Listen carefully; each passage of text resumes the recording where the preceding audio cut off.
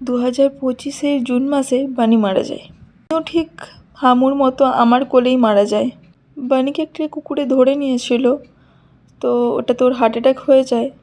তারপর আধ ঘন্টার মধ্যেই ও মারা যায়।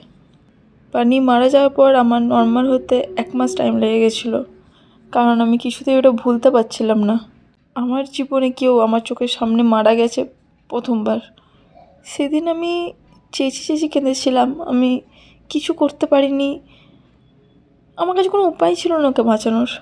আমি ডাক্তারকে ফোন করেছিলাম, সব রকমভাবে ট্রাই করছিলাম, কিন্তু আবার সেম একইভাবে হামুও আমাকে ছেড়ে চলে যায়।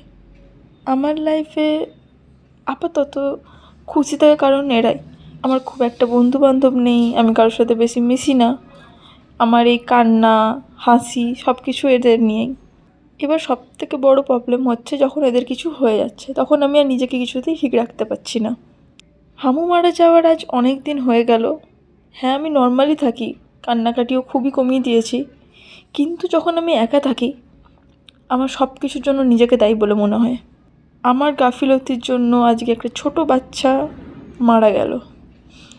আজকে আমার ব্লগের সাথে আমার কথাবার্তা কোনো মিলই নেই, কারণ আমি বুঝতে পারছি না কি বলবো।